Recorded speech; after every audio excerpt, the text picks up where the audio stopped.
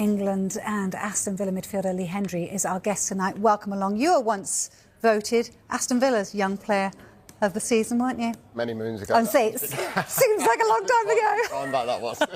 But a wonderful time. Yes, it was a very good time. We might mention that a little bit later. OK, let's start at the very top of the Premier League then, because Arsenal's lead is down to 2 points after Manchester City's win over Crystal Palace last night. But it remains, though, in their hands. With City in the FA Cup action this weekend, Arsenal can ramp up the pressure by beating Burnley in the Monday Night Football. We focus just on the things that are in our hands, which is to prepare in the best possible way to beat Burnley. That's it. What can you say about the focus at the moment? Because here you are at this stage of the season again, 2 games away, potentially a week away from winning the league. Well, the team is really present. It's just is living the moment. It's emotional in a really good state, I think. The energy level is the right one. We have most players available now. Okay, we lost Ben the other day, but the other ones are coming back as well. So, yeah, and everybody obviously is so enthusiastic and so positive about the way that we can finish the season. Arsenal's rushing forward, Burnley rushing back, and Declan Rice is there to head it home. A classic counter from Arsenal, who are sitting pretty on top in this game, on top of the Premier League. If you beat Burnley, will you and the players gather on Tuesday to watch Bournemouth against Manchester City? We prepare just to beat Burnley, that's it. For most of this year, you've been out in front with people snapping at your heels. How much has that been a different pressure for you? Maybe has it been a pressure you enjoyed more, the fact that others have had to try and match you?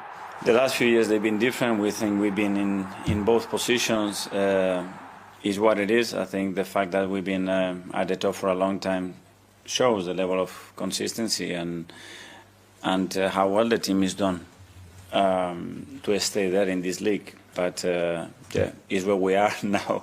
More than ever, obviously, we want to finish in that position, and that's what we're trying to do. You feel as though you've got one hand on it. I feel that we have another opportunity on Monday to be a step closer, and that's the only thing.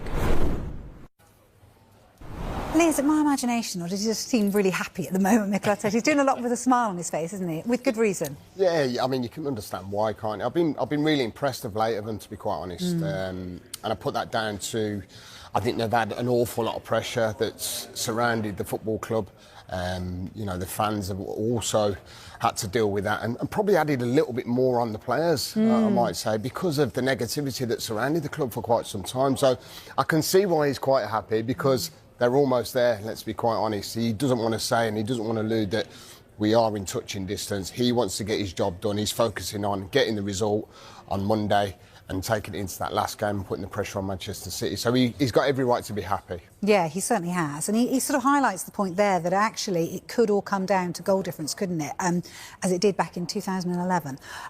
How well will they need to be against Burnley on Monday to get the goals over the line? Yeah, I think it could be vital. I really do. I think that they, as I said, they feel like there's been a real step up and character from Arsenal. So I mean, it wouldn't surprise me if they really do give Burnley a good old thumping, to be quite honest. And you can see that happening. I mean, these were the old scenes, weren't they? I'll never forget this. It was just absolutely unbelievable, wasn't it? The Aguero goal. Yeah. And I remember Paddy Kenny being in goal. I still give him stick to that to this day about him getting beat at his near post. It's the golden rule for a goalkeeper. But, you know, this is what the Premier League has been all about this season. You know, some of the top teams that we've expected to be there, like the Liverpools, the Chelseas, haven't. And the fact that Manchester City have left it quite late and then all of a sudden had that little push to go and put that bit of pressure on Arsenal. I mean, I was all over Arsenal going and winning a treble this season. And, you know, sort of Man City having that little bit of form and starting to come to the forefront of everything, you start to think, is it going to go again? And City going to go and do what they do best under Pep? But credit to Mikel Arteta. They've got two games that you would pretty much say they should go and win, and that could see him definitely lifting the Premier League, which would be an unbelievable achievement for himself, because it's took some time for them to really start to be a success. They've got the squad, they've got the foundations, they've got a very good manager, and it's a very good football club. Yeah, it certainly is. And then they can go and focus on the Champions League and try and get a huge double that they could still get. Since that defeat to Manchester City, even though it was a defeat, it felt a little bit like the performance of the season from them, didn't it? They've been pretty impressive, haven't they, since then? What's impressed you most about the performances, that one included? Yeah, I think from then on, I think because we look at the sort of results, and the Bournemouth result was one where everyone started to raise their eyebrows. Then they're going into the City game where they get beat, and then I think the fact that at home to Newcastle, and obviously the Fulham game was the one where you just felt that there was a real edge about their play, a real confidence and aura. I think that's been more impressive for me, that the big players have really stepped up in such a crucial stage of the season. Because let's be honest, them 2 defeats could have easily ended up being 3 defeats, and then all of a sudden, the writing's on the wall. Manchester City are going to go and win the league. That's what's really impressed me, and I think not only that is that having the Champions League game that they've had to step up and also focus on. So, the thing is with Arsenal is that they find themselves in the Champions League final. They've had a big game against Atletico Madrid where they've been successful. And that's where I think, the likes of Manchester City, I know they've got the FA Cup the weekend, but, they've come into this in great form at this back end of the season. And that's why you have to highlight how good Arsenal have really stepped up in these 3 games that you would quite easily say, there are some potential banana skins there. The West Ham one, for instance, that was so close. But they've just found a way all season of at times grinding results out.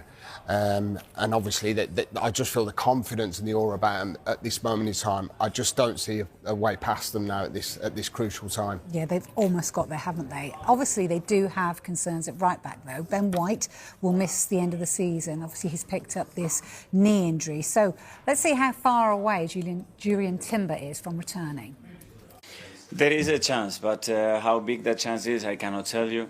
Being completely honest, he's gonna try to do everything he can to convert that chance as high as possible in the shortest possible period, and that's the challenge ahead. He's progressed a little bit in the last few days. He's feeling better. We're gonna try to get him fit and available as quick as possible, but let's see. Obviously, he's been out now for a while, unfortunately. He's such an important player for us. We all know that, and he's doing everything that he possibly can to help the team in any capacity. And we know his leadership, his quality, and how much the team needs him. And he's trying everything that he can. Yeah, I mean, he mentions there how much the team needs him, potentially back for the Champions League final then. How highly do you rate him? Oh, fantastic player, fantastic.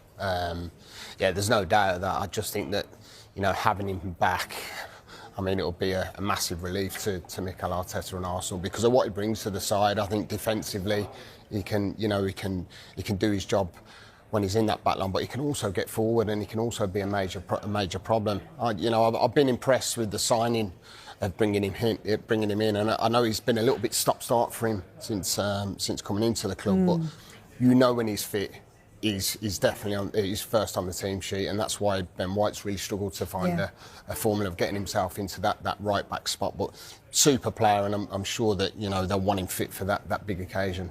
And in terms of the squad, everyone talked about their strength in depth this season. Is that what you've witnessed? That's what's been good about Arsenal. I have. I felt that you look all over the pitch, and I've said this many a time this season. This is why I felt that they had the squad strength, they had the squad depth to really go and win a treble. And it was all also looking like it was going to happen, to be quite honest. The defeat at Southampton was a disappointment.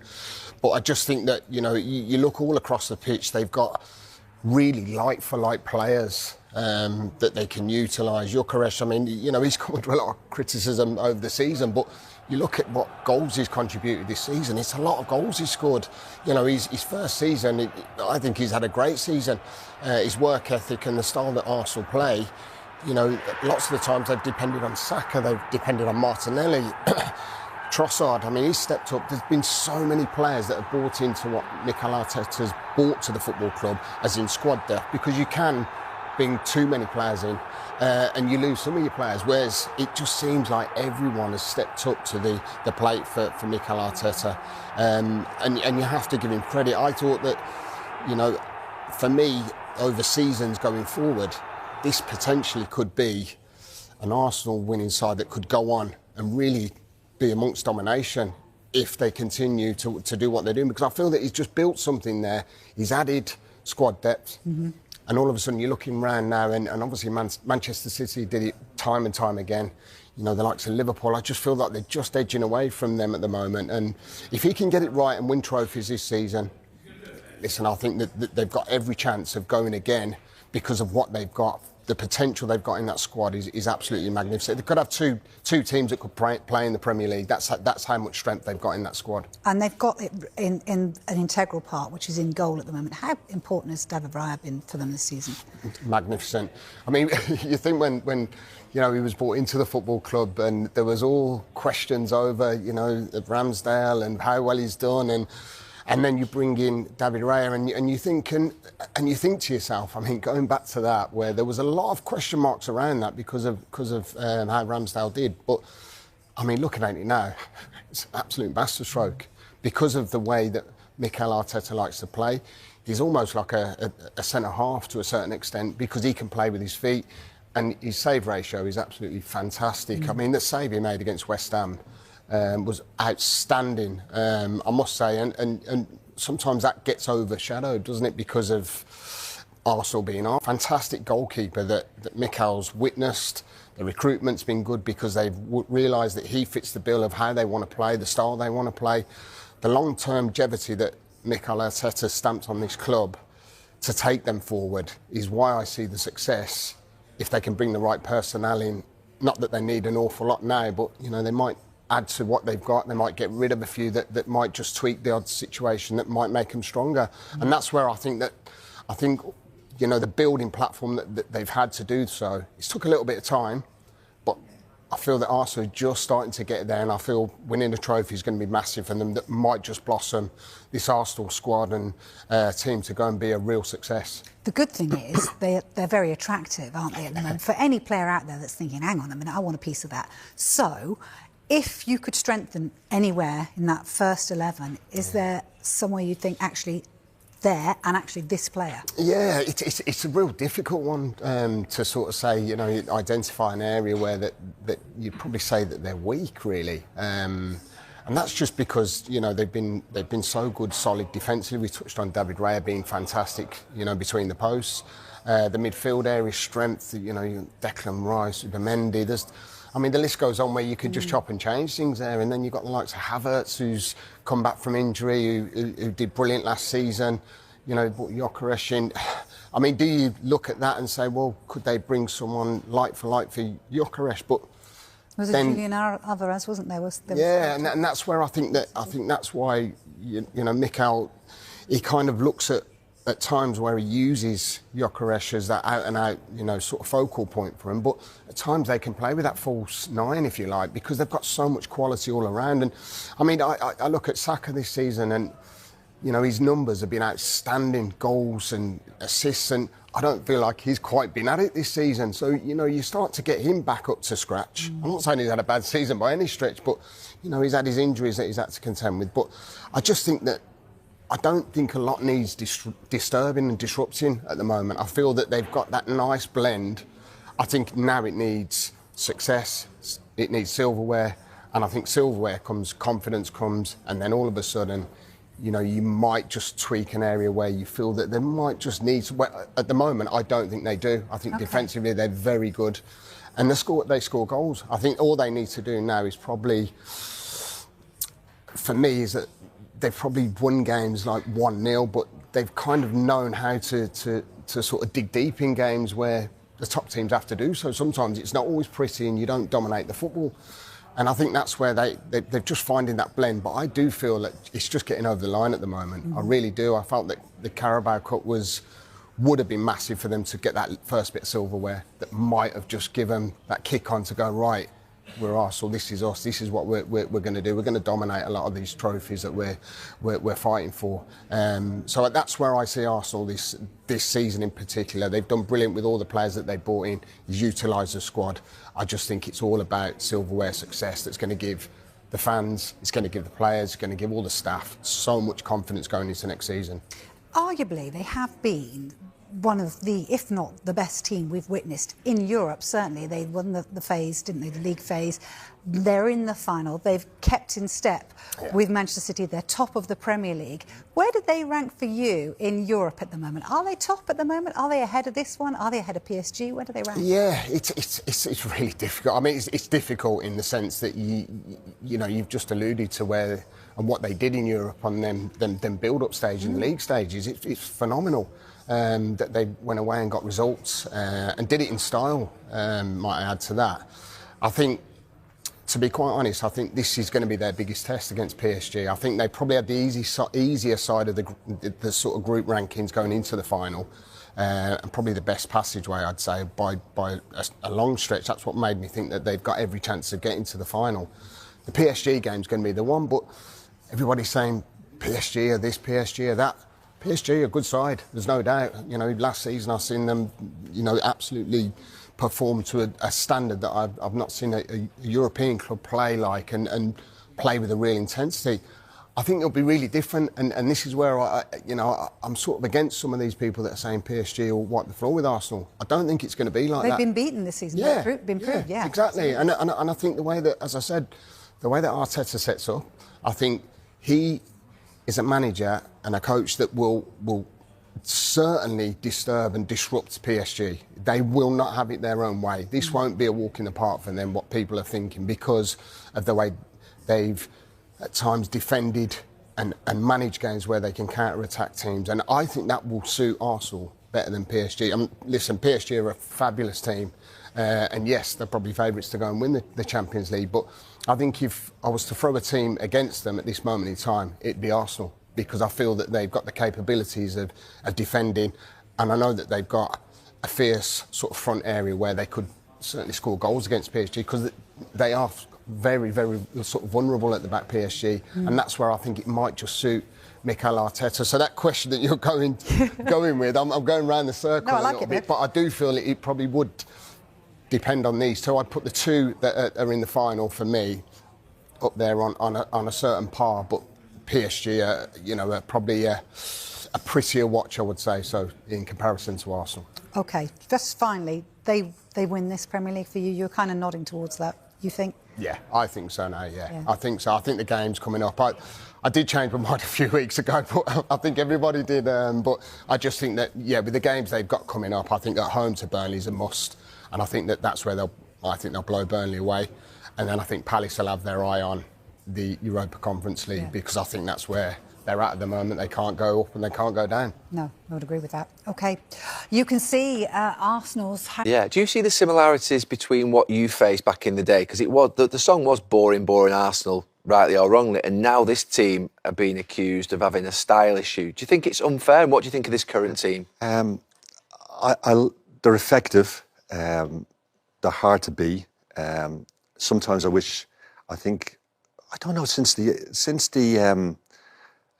they lost against Man City, whether City have gone ahead of them or whatever, the shackles have been taken off a little bit. You know, I've seen a team get to the front at a certain time and nerves hit.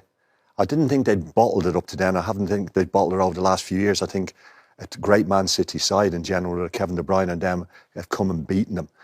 I was detecting after that Bournemouth game where, it was early doors, the sideways pass and the centre-half back going nowhere, back to the goalkeeper stuff. And there was a lot of stick afterwards. The crowd give them stick for, which I thought was unfairly, because you're coming off the pitch still 6 points ahead in the league. But that is the Arsenal crowd a little bit demanding.